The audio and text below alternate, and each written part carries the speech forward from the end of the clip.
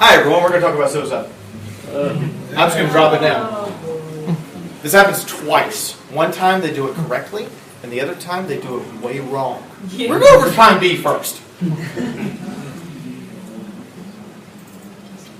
Breaking into 1,000,000 pieces.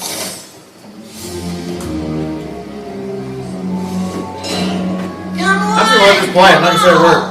Come and see the pathetic and friendless I'll let you figure out. Way to go, dum-dum. You really messed it up this time. Repentance Tour. It's a working title! Behold, your fears come true. A pony-eating manticore. For tonight, the great and powerful Trixie will be performing the Moonshot Manticore Meltdown. Which we know she can't do.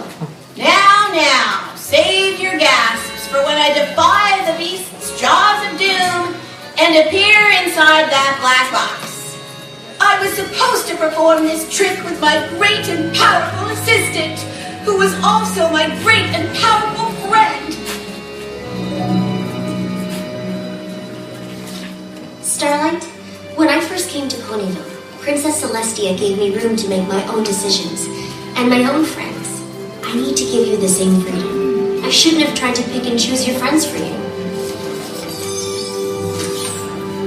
Just like me, you have to make your own decisions and your own friends.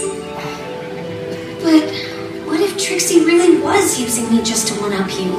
From what I've seen, she's the real thing.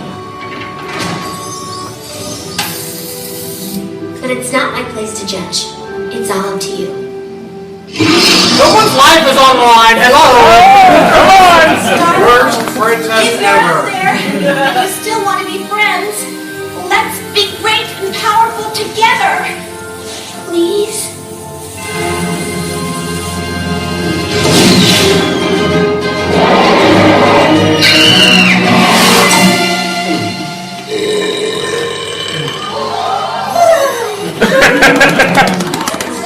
Cut the credits.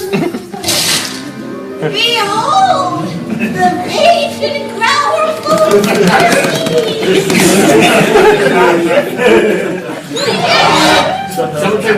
Now we all laugh because it's humorous and it's hilarious and it's taken to a cartoonish level. However, I want to point out a couple of things. One, Trixie was inside the manticore for 6 seconds. Her clothing was already halfway digested.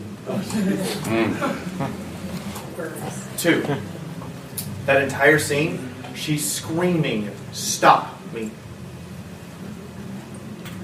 They're ignoring it. This is written incredibly poorly and done incredibly crappily, and I will say that to the writer's face and slap them with it. What is happening here on screen is a live, on-stage suicide attempt. Because when we get into a depressive, recursive cycle, if it goes too far or it's something that is too breaking, it results in us figuring out where the edge is and seeing if we can leap over it. But we don't want to. No suicide attempt is ever taken with a need or want to do it. You do it because you see no other option. This is true all the way back. This is ancient samurai. This is Knights of the Circle. This is all the way back to the earliest of times. Suicide is never something we want to do. Self-termination is never something we truly want. We just have no other alternative. We see no other way out. What happens? Starlight finally says, "Oh, right, I need to stop my friend from dying." And stops it. Now, in my opinion, anybody who cries out for suicide, even if it's an attention cry, we obviously need to find the root of the problem and then find a way so they never end up back in that state. That's my opinion. No, actually, that's scientific fact. I stand corrected. As discussed by Dr. Gall and even by Neil deGrasse Tyson and Bill Nye the Science Guy, if you want straight up references off of TV, they are brilliant advocates who say suicide is never a good answer and explain all of the details as to why. There's a long 3.5-hour TED Talk about why we reach out for suicide and choose not to take that leap. For your benefit, I watched the entire thing. Stopping and taking notes.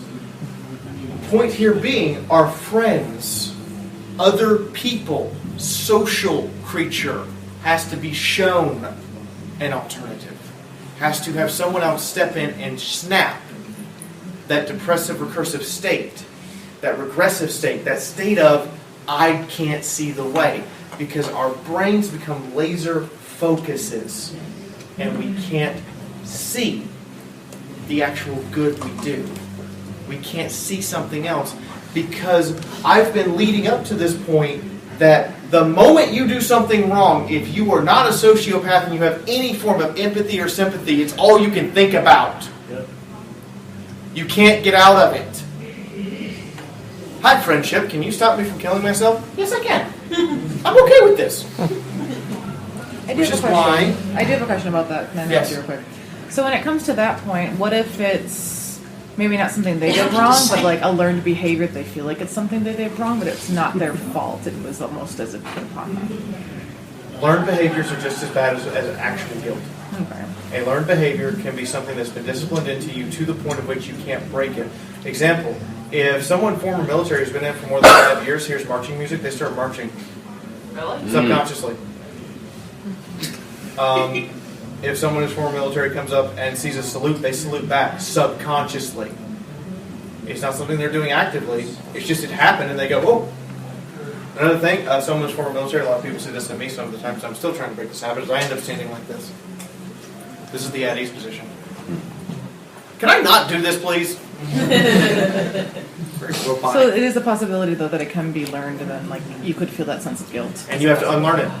Okay. And it takes conscious effort. It takes conscious trying because we are creatures of habit.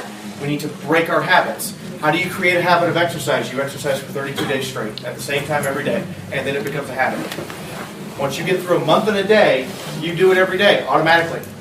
You feel wrong not doing it. You feel something off, and your body physically says, no, you're supposed to go do a thing. You shouldn't exercise every day, though. You should take off 1 day a week. Fair. So I apologize for the Russian subtitles, but about the only way I can get this footage is through the Russian version of YouTube because copyright strikes are a thing.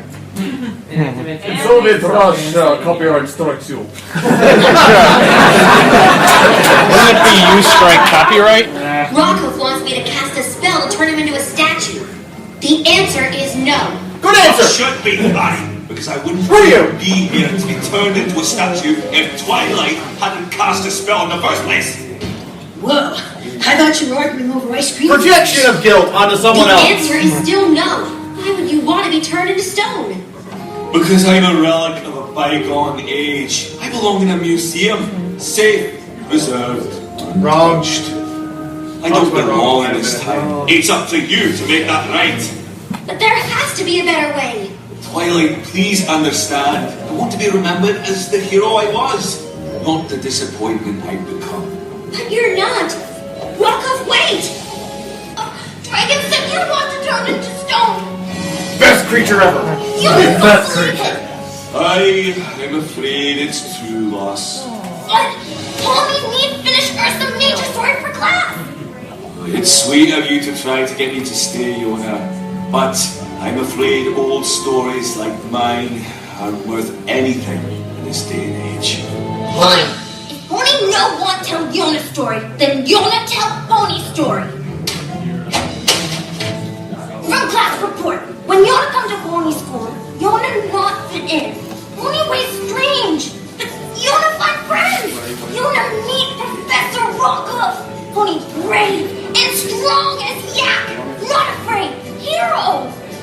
When Yona grow up, Yona want to be just like Professor Rocco. Well, since you went to the trouble of writing something that nice, I suppose the least I could do is tell you the rest of the story.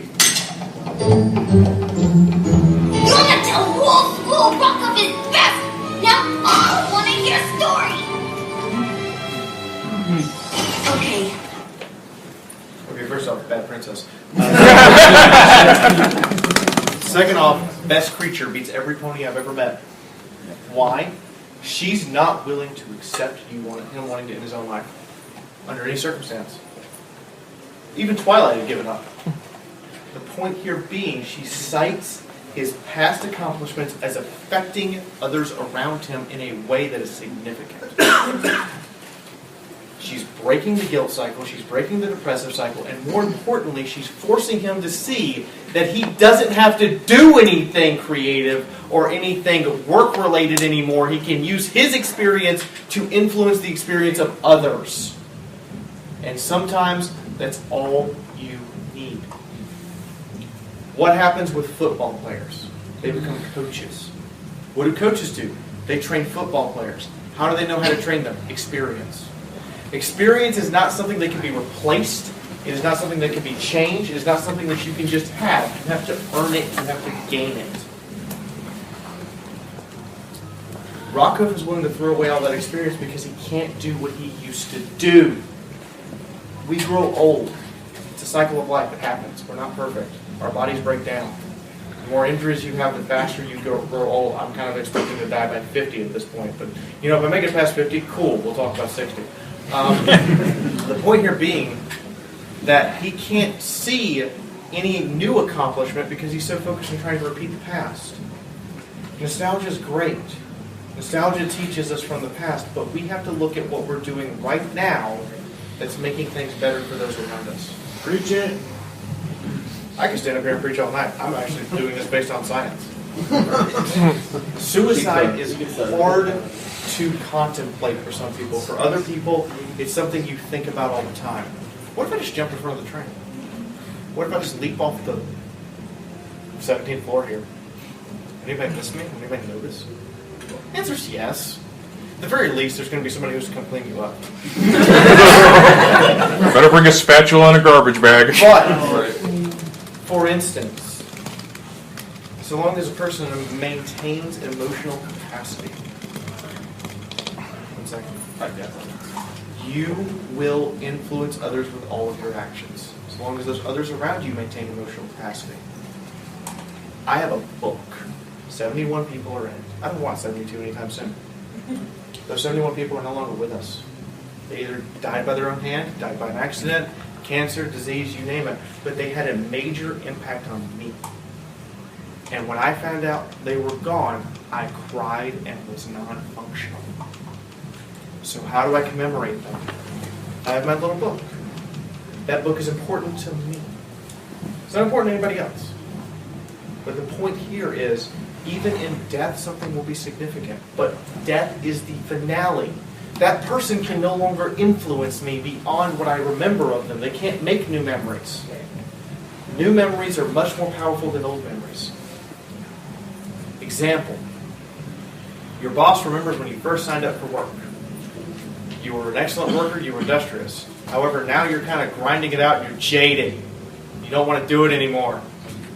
And your workload's decreased. No matter how loyal he is to you, he knows the old you was better than the new you right now. The new you sucks. So you had a question? Actually, real quick, when you said about the old you and the new you, when your boss knows about you, there was actually a comic about, there was actually a IDW comic about Rocco that's exactly like that. You should check it out. Right. Yeah, and as somebody who's had, growing up and kind of, if you couldn't tell, I'm here and my copious amounts of makeup, I'm kind of stuck in 2007 right now, so... 2007 was cool. Yeah, good time. Facts. Now, I swear to God, if I have to hear that song one more time. Yeah. But yeah, as somebody who grew up, wanting to, relive that kind of time, where there was, to me, the best music that was being released at the time, I kind of have to think to myself, it's not 2007 anymore. Those bands, sadly, most of them are broken up, or they're... Anyway. But yeah, most of them are either broken up or they just don't write songs like that. And then I kind of, feel really depressed because I listen to, a lot of the other, top 40 hits. And then I think, well, not necessarily top 40 hits, but, a lot of other alternative hits that I just don't really have that same kind of click that they did back, when this happened. And as a musician myself, I kind of made it my goal to not necessarily just play or write a song like it is 10 years ago, but maybe take that influence and see what I can make it and use that kind of influence that I have and make it popular today. Nostalgia, oftentimes we reflect on songs because music is raw human emotion expressed. We don't have words for a lot of things. How do we create those words? Is we create them through song.